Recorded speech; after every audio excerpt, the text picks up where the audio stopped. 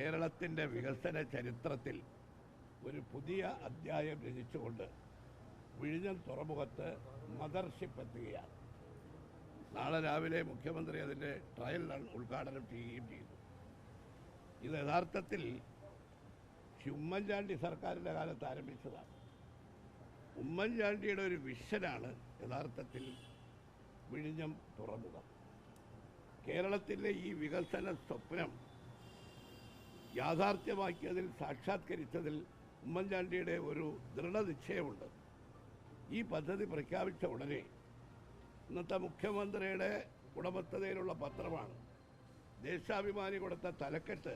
പഴയ പത്രം പരിശോധിച്ചാൽ അറിയാം. 5000 കോടിയുടെ കടൽ കൊള്ള എന്നാണ് ആരോപണങ്ങൾ ഉന്നയിച്ചു.